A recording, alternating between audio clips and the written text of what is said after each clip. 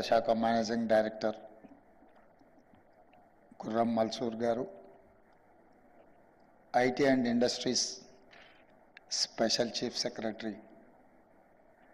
JS Ranjan గారు ఏర్పాటు చేసిన సూక్ష్మ, చిన్న మరియు మధ్య తరహా పారిశ్రామిక విధానం 2024 కార్యక్రమానికి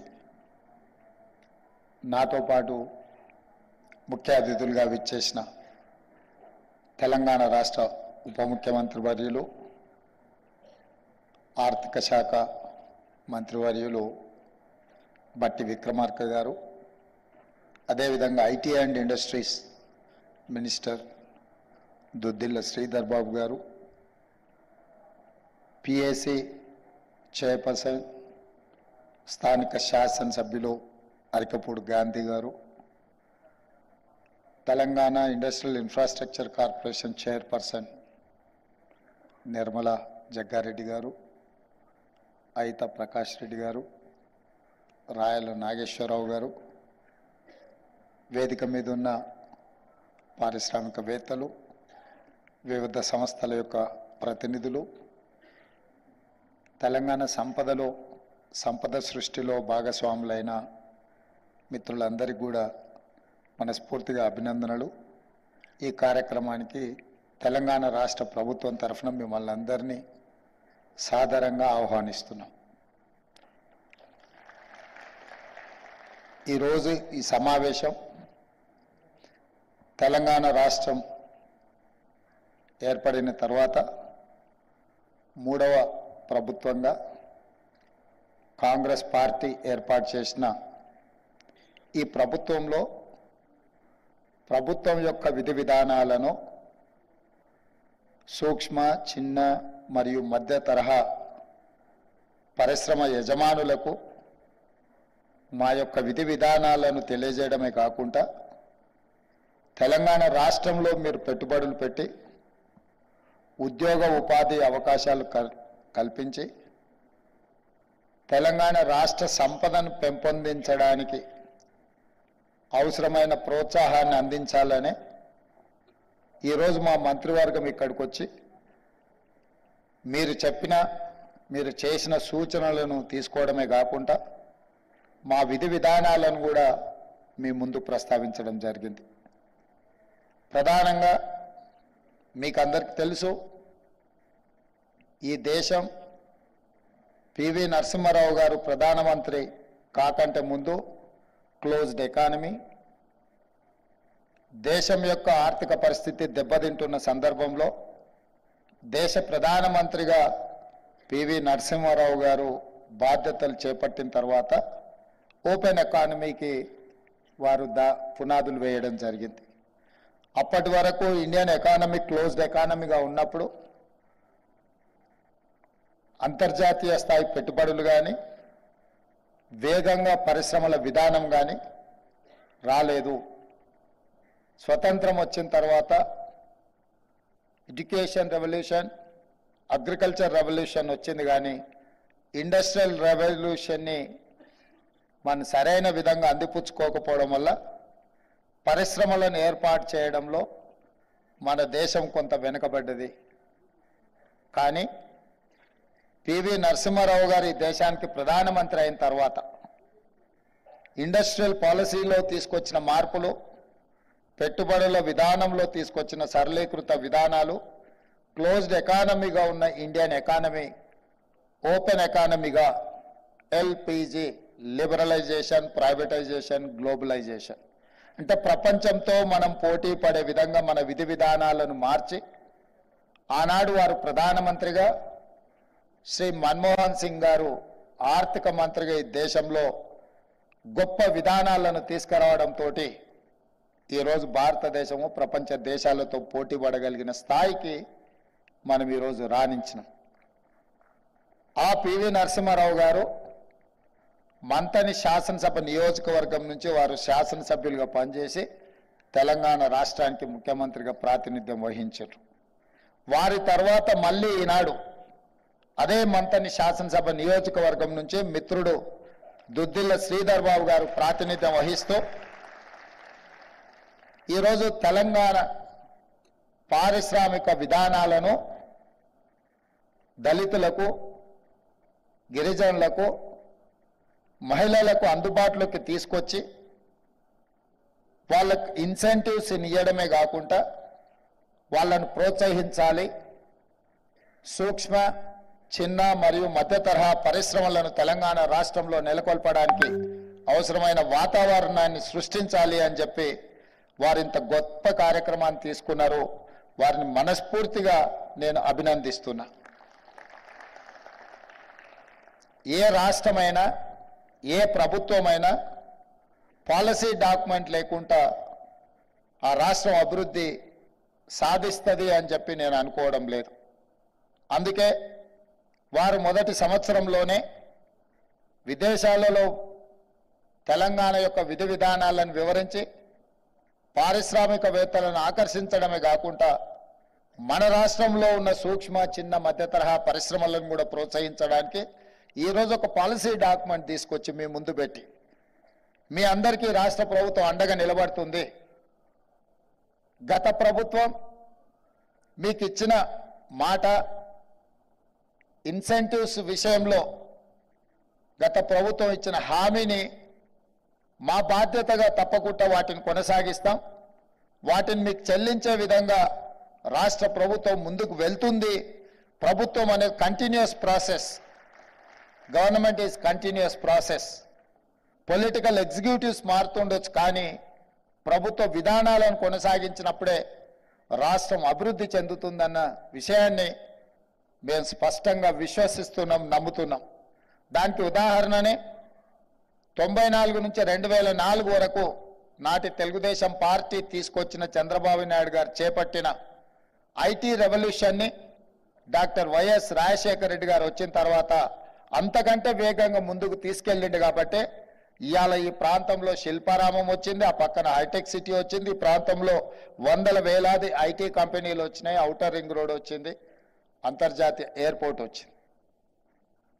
దీన్నే కాదు 1960 దశకంలో ఆనాటి కాంగ్రెస్ ప్రభుత్వం పండిట్ జవహర్లాల్ నెహ్రూ గారు, శ్రీమతి ఇందిరాగాంధీ గారు ఏర్పాటు చేసిన ఐడిపిఎల్ వల్లనే ఈరోజు దేశంలోనే, ప్రపంచంలోనే ఫార్మా కంపెనీలో, ఫార్మా ఇండస్ట్రీస్లో మనం అగ్రభాగాన నిలబడ్డాం. మన కోవిడ్ వచ్చి ప్రపంచాన్ని వణికించినప్పుడు 4 వ్యాక్సిన్లు ఈ దేశంలో కోవిడ్ వ్యాక్సిన్స్ తయారైతే 3 వ్యాక్సిన్స్ హైదరాబాదు, తెలంగాణ రాష్ట్రం నుంచే ఉత్పత్తి చేసినాము. ఈ దేశంలో బల్క్ డ్రగ్స్ ప్రొడక్షన్లో తెలంగాణ రాష్ట్రం 35% స్టేక్ హోల్డర్. అంటే 1960sలో ఐడిపిఎల్ని ఏర్పాటు చేయడం, ఐడిపిఎల్లో పనిచేసిన ఉద్యోగులు, రీసెర్చ్ స్కాలర్స్ వాళ్ళందరూ ఏర్పాటు చేసిన ఫార్మా కంపెనీలే ఈరోజు ఈ స్థాయిలో తెలంగాణ రాష్ట్రం రావడానికి ఉపయోగపడ్డది.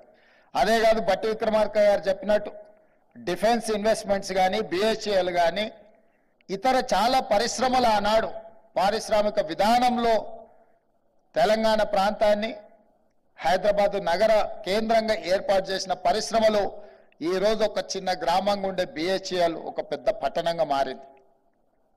ఈరోజు మాదాపూర్, కొండాపూర్ అనేది ఒక చిన్న గ్రామాలు, కానీ విత్ ఇన్ నో టైం ప్రపంచానికి ఒక డెస్టినీగా ఏదైనా ఇన్వెస్ట్మెంట్, ఏదైనా ఐటీ పరిశ్రమ చూడాలి అంటే, ఈ ప్రాంతంకి రావాలి అంటే 95 to 2004 మధ్యలో జరిగిన ఏదైతే రిఫార్మ్స్ తీసుకొచ్చి ఈ ప్రాంతానికి ప్రాధాన్యత కల్పించిండ్రో అది ఈరోజు అత్యంత వేగంగా అభివృద్ధి చెందడం జరిగింది. ఇలాంటి విధానాలు ఆనాడు రాజకీయాలకు అతీతంగా కాంగ్రెస్ పార్టీ తీసుకొచ్చింది, కాంగ్రెస్ పార్టీ కొనసాగించింది. అందుకే ఈరోజు తెలంగాణ రాష్ట్రం అగ్రభాగాన ఐటీలో కానీ, ఫార్మా రంగంలో కానీ ఈరోజు మనం రాణించగలుగుతున్నాం. పరిపాలనలో అనుభవం ఉన్న మేము, కాంగ్రెస్ పార్టీ పరిపాలన విషయంలో ప్రభుత్వ విధానాలు, పరిశ్రమల ఏర్పాటు విధానంలో మాకు ఎలాంటి బేసిజాలు లేవు. మంచి పనులు ఎవరు చేసినా వాటిని కొనసాగిస్తాం. మంచి పనులు కొనసాగించడానికి కొంత కష్టమైన ఆ కష్టాలకు నిలబడి ఆ విధానాలని ముందుకు తీసుకువెళ్తాం. అదేవిధంగా కొన్ని రాష్ట్ర ప్రయోజనానికి విఘాతం కలిగించే అంశాలు ఏమైనా ఉంటే వాటిని తొలగించి నూతన విధి విధానాలను ఖరారు చేయడానికి మా ప్రభుత్వం ఏమాత్రం వెనక్కి పోదు. అందుకే మిత్రులారా, ఇప్పటిదాకా మా మిత్రులు చెప్పినట్టు చాలా వరకు తెలంగాణ రాష్ట్రంలో పట్టాలు పొంది విద్యార్థులు బయటకు వస్తున్నారు. కానీ ఉద్యోగ ఉపాధి అవకాశాలకు వెళ్ళినప్పుడు వాళ్ళు తెచ్చుకున్న పట్ట అక్కడ ఉన్న అవసరాలకు సరిపోవడం లేదు. ఈరోజు they are getting certificates, degrees for PGs, PhD. కానీ నిజంగా ఉద్యోగానికి వెళ్ళినప్పుడు, ఉపాధి కోసం వెళ్ళినప్పుడు ఈ చదువుకు అక్కడి అవసరానికి దెర్ ఇస్ ఎ గ్యాప్. అందుకోసమే ఈరోజు ప్రతి సంవత్సరం మన దగ్గర నుంచి 1,00,000 పైగా ఇంజనీరింగ్ స్టూడెంట్స్ బయటకు వస్తున్నారు. అందరికి ఉద్యోగాలు దొరకడం లేదు, అందులో కొందరికి మాత్రమే దొరుకుతున్నాయి. వీటన్నిటిని కూడా మేము క్రెడాయితో కానీ లేకపోతే ఎన్ఏసి నేషనల్ అకాడమీ ఆఫ్ కన్స్ట్రక్షన్స్తో వాళ్ళతో కానీ ఇతర పారిశ్రామికవేత్తలతో ఏర్పాటు చేసిన సమావేశాలలో చాలా ఉద్యోగాలు మా పరిశ్రమలలో ఉన్నాయి. కానీ స్కిల్డ్ ఎంప్లాయీస్ ఎవరు మాకు దొరకడం లేదు, వెల్ ట్రైన్డ్ ఎవరు రావడం లేదు. దీనికి ఏదో ఒక పరిష్కారం చూడాలి అని వాళ్ళు మాకు సూచన చేశారు. వారి సూచనల్ని ఆలోచన చేసి టాటా ఇండస్ట్రీస్ వాళ్ళతో మాట్లాడి మనం ఒకప్పుడు ఇండస్ట్రియల్ ట్రైనింగ్ ఇన్స్టిట్యూట్గా పెట్టుకున్నవి ఈ తెలంగాణ రాష్ట్రంలో 65 ఉన్నాయి. కానీ అక్కడ 40 సంవత్సరాల క్రితం నిర్ణయించిన సిలబస్ను వాళ్ళకు బోధించడం వల్ల వాళ్ళు సర్టిఫికెట్ తీసుకొని బయటకు వస్తే వాళ్ళకి ఇక్కడ ఉండే ఉద్యోగానికి వాళ్ళకున్న సర్టిఫికెట్కి అసలు సంబంధం లేకుండా పోతుంది. అందుకే టాటా ఇన్స్టిట్యూట్తో మాట్లాడి వాటిని అప్గ్రేడ్ చేయడానికి ఐటీఐలను కాస్త అడ్వాన్స్డ్ టెక్నాలజీ సెంటర్స్గా అక్కడ సాంకేతిక నైపుణ్యాన్ని అభివృద్ధి చేసి సిలబస్ను మార్చి వాళ్ళకి అక్కడ ట్రైనింగ్ ఇచ్చి అక్కడి నుంచే వాళ్లకు పరిశ్రమలకు ఉద్యోగ ఉపాధి అవకాశాలు కల్పించడానికి కాంగ్రెస్ పార్టీ ప్రభుత్వాన్ని ఏర్పాటు చేసిన మరుక్షణం టాటా యాజమాన్యంతో మాట్లాడి 2,400 కోట్ల రూపాయలతో వాటిని ఆధునీకరించే పనిలో మా ప్రభుత్వం నిమగ్నమైంది. 2,400 కోట్లల్లో ప్రభుత్వం నిధులు పెట్టిందని మీరు అనుకుంటే పొరపాటు. కేవలం 300 కోట్ల రూపాయలు మాత్రమే రాష్ట్ర ప్రభుత్వం కేటాయిస్తే 2,100 కోట్ల రూపాయలను టాటా పరిశ్రమ సిఎస్ఆర్ ఫండ్స్ ద్వారా పెట్టి తెలంగాణ రాష్ట్రంలో వేలాది లక్షలాది నిరుద్యోగ యువకులకు శిక్షణనిచ్చి ప్రయోజకులుగా మార్చి వాళ్లకు ఉద్యోగ ఉపాధి అవకాశాలు కల్పించడానికి ఆ సంస్థ ముందుకు వచ్చింది. ఇది డిప్లొమా లెవెల్ కోర్సెస్. కానీ డిగ్రీ లెవెల్లో కూడా అప్గ్రేడ్ చేయాల్సిన అవసరం ఉంది. స్కిల్ అప్గ్రేడేషన్ అనేది చాలా అవసరం అని గుర్తించి అందుకే ఇండియాలో ఉండే బెస్ట్ ఇన్స్టిట్యూట్స్ అన్నిటిని స్టడీ చేసినాం, యూనివర్సిటీని స్టడీ చేసినాం, మన దగ్గర ఉన్న ఐఎస్బిని స్టడీ చేసినాం, IIITని స్టడీ చేసినాం, ఒడిశాలో ఉన్న యూనివర్సిటీస్ని చూసినాం, ఢిల్లీలో ఉన్న యూనివర్సిటీస్ని చూసినాం. వీటన్నిటిని స్టడీ చేసిన తర్వాత ఒక నూతన విధానంతో పబ్లిక్ ప్రైవేట్ పార్ట్నర్షిప్లో యంగ్ ఇండియా స్కిల్స్ యూనివర్సిటీని తెలంగాణ రాష్ట్రంలో మనం ప్రారంభించుకొని ఇండస్ట్రీ డ్రివెన్ యూనివర్సిటీగా అక్కడ శిక్షణ పొందిన ప్రతి వాడికి ఉద్యోగం కల్పించే విధంగా పారిశ్రామికవేత్తలనే అందులో భాగస్వాములుగా చేసి అక్కడ స్టూడెంట్ సెలక్షన్స్ నుంచి క్యాంపస్ నిర్వహణ వరకు అక్కడ ఏ సిలబస్తో వాళ్ళకి శిక్షణ ఇవ్వాలనో కూడా ఇండస్ట్రియలిస్టులు నిర్ణయించే విధంగా ఆ యూనివర్సిటీకి గవర్నమెంట్ వైపు నుంచి ఛాన్సలర్గా కాకుండా ఈరోజు చైర్పర్సన్గా ఆనంద్ మహేంద్ర ఆటోమొబైల్ గ్రూప్స్ చైర్మన్ని మనం పర్సనల్గా తెలంగాణ రాష్ట్ర ముఖ్యమంత్రిగా రిక్వెస్ట్ చేసి వారిని ఆ యూనివర్సిటీకి చైర్పర్సన్గా ఉండేటట్టు ఒప్పించినాం. రేపు వారితోని తెలంగాణ రాష్ట్రంలో ఉన్న ఐటీ, ఫార్మా, అదర్ ఇండస్ట్రియలిస్టులతో అందరితో ఒక సమావేశాన్ని ఏర్పాటు చేసినాం. దాని నిర్వహణకు అవసరమైన కార్పస్ ఫండ్ను కూడా ఇండస్ట్రియలిస్టుల నుంచే కలెక్ట్ చేయాలనుకుంటున్నాం. మా జయేష్ రంజన్ గారు దీన్ని కోఆర్డినేట్ చేస్తున్నారు. నాకు తెలిసి రేపు ఒక్కరోజే, రేపు ఈవినింగ్ ఆనంద్ మహేంద్రతో ఏర్పాటు చేసిన ఈ పారిశ్రామికవేత్తలతో ఒక చిన్న గెట్ టుగెదర్ మినిమం 300 నుంచి 500 కోట్ల రూపాయల పరిశ్రమలు ఈ యూనివర్సిటీని నిర్వహించడానికి ఇవ్వడానికి ముందుకు వచ్చి ఒక కార్పస్ ఫండ్ క్రియేట్ చేసి బడ్జెట్ కన్స్ట్రెయిన్స్ లేకుండా ఆర్థిక ఇబ్బందులు లేకుండా యూనివర్సిటీని నిర్వహించడమే కాకుండా గ్రామీణ ప్రాంతాలలో ఉన్న చదువుకున్న నిరుద్యోగ యువకులకు శిక్షణ ఇవ్వడం ద్వారా ఉద్యోగ ఉపాధి అవకాశాలు కల్పించడానికి ఈ ప్రభుత్వం విధి విధానాలను ఖరారు చేసింది. ముందుకొచ్చిన పారిశ్రామికవేత్తలందరికీ కూడా ఆనంద్ మహేంద్ర లాంటి వ్యక్తులకు తెలంగాణ రాష్ట్ర ప్రభుత్వం తరఫున కృతజ్ఞతలు తెలియజేస్తున్నాం. ఇది రాజకీయ ప్రయోజనం కోసం కాదు. ప్రతి సంవత్సరం 1,00,000 మంది ఇంజనీరింగ్ గ్రాడ్యుయేట్స్ బయటకు వస్తే చాలా మంది ఇంజనీరింగ్ చదువుకున్నాం, ఉద్యోగం రావడం లేదంటారు. ఉద్యోగాలు ఇప్పించమని వాళ్ళ తల్లిదండ్రులు మా దగ్గరకు వస్తారు. 15,000 20,000 కూడా 15,000 అయినా సరే సార్ మా పిల్లోడికి ఉద్యోగం ఇప్పించండి అంటారు. ఇంజనీరింగ్ గ్రాడ్యుయేట్ ఇంత తక్కువ శాలరీకి ఎందుకు పని చేస్తుండో? ఏదైనా కన్స్ట్రక్షన్ కంపెనీ సైడ్ కొంచెం ఫీల్డ్ ఎక్స్పీరియన్స్ ఉండి ప్రాక్టికల్గా అనుభవం ఉన్న వాళ్ళని చూస్తే 40-50 వేలకు తక్కువ కాకుండా ఎవరు రావడం లేదు. అంటే ఎక్కడైతే సాంకేతిక నైపుణ్యం లోపించిందో వాళ్ళకు ఉద్యోగ అవకాశాలు రావడం లేదు. అందుకే వాళ్ళందరికీ కూడా స్కిల్ అప్గ్రేడ్ చేసి వాళ్ళకి శిక్షణ ఇవ్వడం ద్వారా పరిశ్రమలకు సాంకేతిక నైపుణ్యం ఉన్న నిరుద్యోగ యువకులను అందుబాటులోకి తీసుకొస్తే పరిశ్రమలు బలపడతాయి, పరిశ్రమలలో ఉత్పత్తి పెరుగుతుంది, తెలంగాణ రాష్ట్ర ఆర్థిక విధానము పెరుగుతుంది అని మా ప్రభుత్వం బలంగా విశ్వసించడం వల్ల ఈరోజు ఆ విధానాన్ని కూడా తీసుకొని ముందుకు వచ్చినాం. ఇదే కాకుండా ఈరోజు వ్యవసాయం దండగా కాదు, వ్యవసాయం పండుగ అని మా ప్రభుత్వం యొక్క ఆలోచన, మా విధానం. అందుకే రైతులకు ఉచిత విద్యుత్ ఇచ్చినాం, రైతులకు రుణమాఫీ చేసినాం, రైతులకు సబ్సిడీలో ఇత్తనాలు ఇచ్చినాం, రైతులకు సబ్సిడీలో ఎరువులు ఇచ్చినాం, రైతులకు సబ్సిడీలో వ్యవసాయ పనిముట్లను ఇచ్చినాం. అయినా రైతుల జీవితాలలో మార్పు రావడం లేదు, ఆర్థికంగా నిలదొక్కుకోవడం లేదు. ఈ రోజు కూడా రైతులు ఆత్మహత్యలు చేసుకునే పరిస్థితి ఉన్నది. దీన్ని నిశితంగా గమనించాల్సిన అవసరం తెలంగాణ సమాజానికి ఉన్నది. నిన్నగాక మొన్న బట్టి విక్రమార్క గారి సహకారంతో 2 లక్షల రూపాయల వరకు రుణమాఫీని 18,000 కోట్ల రూపాయలను 27 రోజుల్లో రైతుల ఖాతాలో వేసి రైతులకు రుణ విముక్తులను కలిగించిన చర్యలు కూడా చేపట్టినాం. అయినా రైతుల కష్టాలు తీరడం లేదు. గ్రామీణ ప్రాంతం నుంచి వచ్చిన నేను దీన్ని నిశితంగా గమనించి పరిశీలించి మీ ముందు ఉంచుతున్న మాట ఏంది అని అంటే, కుటుంబంలో చాలా మంది వ్యవసాయం మీదనే ఆధారపడడం వల్ల వ్యవసాయం ద్వారా వచ్చిన ఆదాయం కుటుంబానికి సరిపోవడం లేదు. ఒక కుటుంబంలో 10 మంది ఉంటే 10లో 8 మంది వాళ్ళకున్న 5 ఎకరాల భూమి మీద వ్యవసాయం మీదనే ఆధారపడడం వల్ల 5 ఎకరాలలో పండించిన పంట కుటుంబంలో ఉండే 8 మందికి ఖర్చులకు, అవసరాలకు, ఆర్థిక ఎదుగుదలకు ఉపయోగపడడం లేదు. అందుకే ఈరోజు తెలంగాణ రైతాంగానికి నా సూచన, నా విజ్ఞప్తి, కుటుంబం వ్యవసాయం వదలొద్దు. Agriculture is our culture. ఈ అగ్రికల్చర్లో మన కుటుంబం అంతా కూరుకపోతే మనం అప్పుల్లోనే ఉంటాము.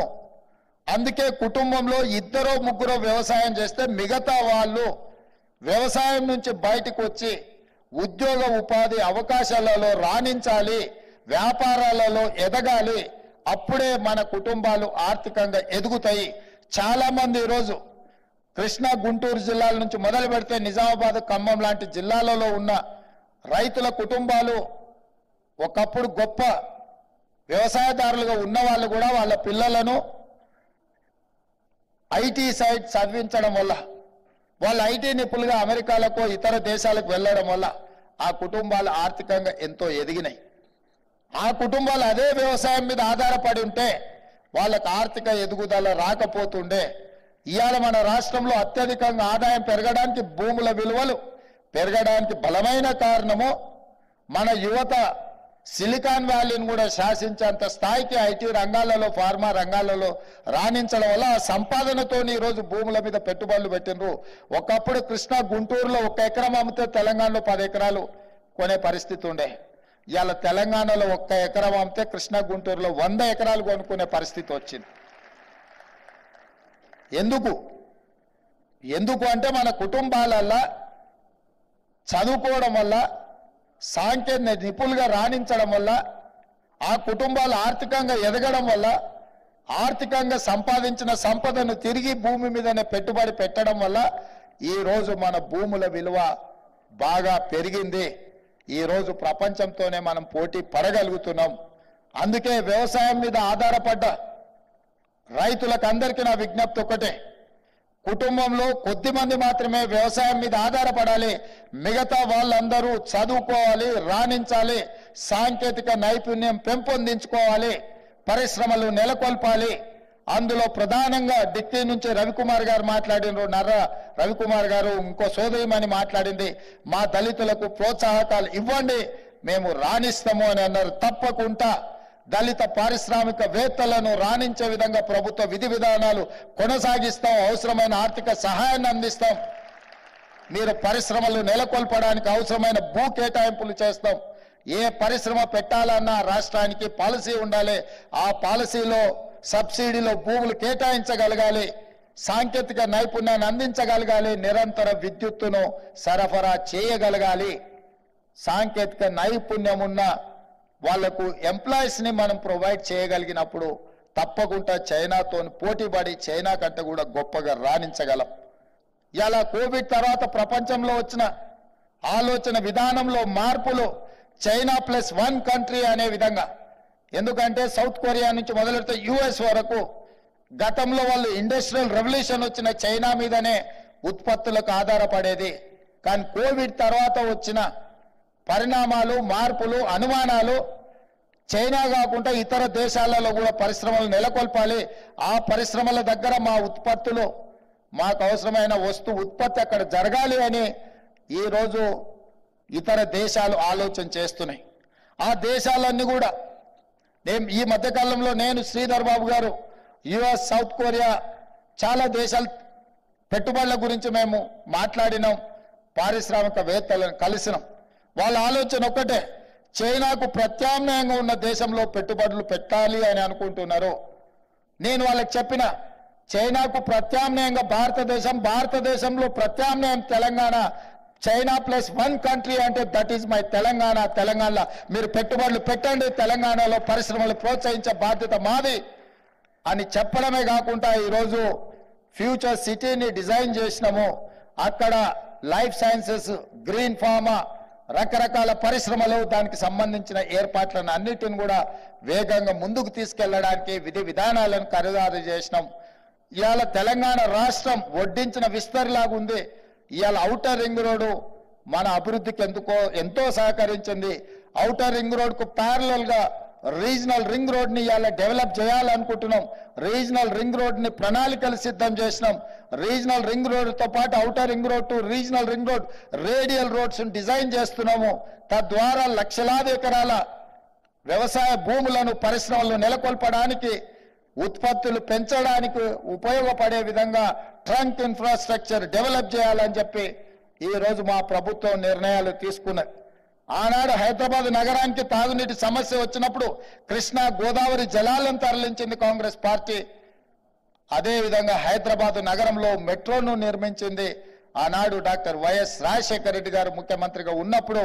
ఇవాళ మెట్రోను విస్తరించదలుచుకున్నాం, తాగునీటి సమస్యల్ని పరిష్కరించదలుచుకున్నాం, పరిశ్రమలకు అవసరమైన విద్యుత్తును, నీటి సరఫరాను చేయదలుచుకున్నాం, పరిశ్రమలకు అవసరమైన భూములను కేటాయించదలుచుకున్నాం. ఆ భూసేకరణలో భూములు కోల్పోతున్న రైతులను భాగస్వాములను చేయదలుచుకున్నాం. ఇవాళ మూసీ అంటే మురికి కూపం కాదు, మూసీ అంటే ఒక ఇండస్ట్రియల్ రెవల్యూషన్ వచ్చిన ప్రాంతంగా డెవలప్ చేయాలని మూసీ రివర్ డెవలప్మెంట్ ఫ్రంట్ ని ఈరోజు ముందుకు తీసుకొచ్చినాం. దానికోసం కూడా అంతర్జాతీయ కన్సల్టెంట్స్ ను అపాయింట్ చేసినాం. తొందరలోనే హడ్సన్ రివర్ అమెరికాలో ఉన్నట్టుగా, థేమ్ రివర్ లండన్ లో ఉన్నట్టుగా తెలంగాణ రాష్ట్రంలో హైదరాబాద్ నగరంలో మూసీ రివర్ ని డెవలప్ చేసి ప్రపంచంలో పర్యాటకులందరూ కూడా వచ్చి మూసీని చూసే విధంగా, మూసీ అంటే ఒక అద్భుతం, మ్యాన్ మేడ్ వండర్ అనే విధంగా తీర్చిదిద్దాలి అని చెప్పి ఈ రోజు మా ప్రభుత్వం నిర్ణయాలు తీసుకొని ముందుకు వెళ్తున్నది. ఇన్ని ఆలోచనలతోని రాష్ట్ర అభివృద్ధి కోసం మేం పాటుపడుతున్నాం, కష్టపడుతున్నాం. మేమందరం కూడా ఈరోజు కష్టపడుతున్నాం. కొందరికి అనుభవం ఉంది, కొందరికి అనుభవం లేకపోయినా కష్టపడాలన్న ఆలోచన, ఈ రాష్ట్రాన్ని అభివృద్ధి పదం వైపు నడిపించాలన్న ఆకాంక్ష మాకున్నది. మీరందరూ పెట్టుబడులు పెట్టండి, మీకు అవసరమైన అన్ని సహకారాలు మా ప్రభుత్వం అందిస్తుంది. ఈ ప్రభుత్వం ప్రజాపాలనను అందిస్తుంది, ప్రజలకు అందుబాటులో ఉంటుంది. ఎప్పుడు ఎవరైనా ఈ ప్రభుత్వాన్ని కలవచ్చు. ఈ ప్రభుత్వం గడీల మధ్యన లేదు, ఈ ప్రభుత్వం ప్రజల మధ్యన ఉంది. ఈ ప్రభుత్వ కార్యాలయాల దర్వాజాలు బార్లా తెరిచి ఉన్నాయి. ఎప్పుడైనా మీరు రావచ్చు, మీరు చెప్పొచ్చు. మీరు చేసే విలువైన సూచనల్ని మా ప్రభుత్వం తప్పకుండా పాటిస్తుంది.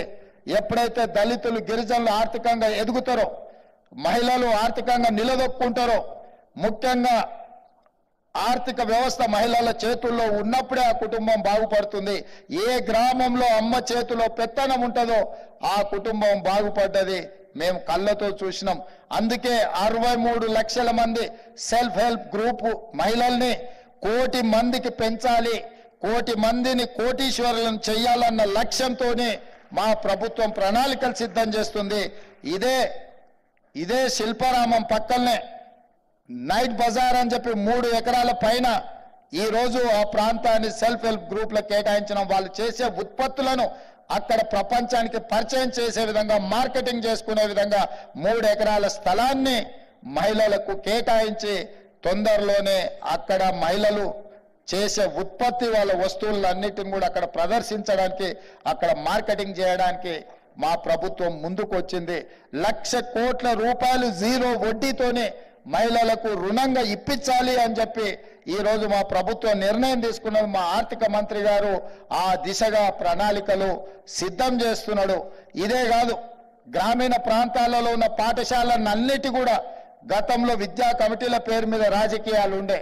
నేను వచ్చిన తర్వాత ఒక కలం పోటుతోని రద్దు చేసి అమ్మ ఆదర్శ పాఠశాల అని చెప్పి సెల్ఫ్ హెల్ప్ గ్రూప్లలో ఉండే మహిళలు ఎవరు పిల్లలైతే ప్రభుత్వ పాఠశాలలలో చదువుతున్నారో ఆ తల్లుల చేతుల్లోనే ఆ పాఠశాల నిర్వహణ మొత్తం వాళ్ళ చేతుల్లో పెట్టినాం. ఈరోజు ఆ పాఠశాలలో జరిగే అభివృద్ధి కార్యక్రమాలు కూడా వాళ్ళతోనే చేయిస్తున్నాం. ఈ రాష్ట్రంలో ప్రభుత్వ పాఠశాలలో 30 లక్షల మంది విద్యార్థులు చదువుకుంటున్నారు.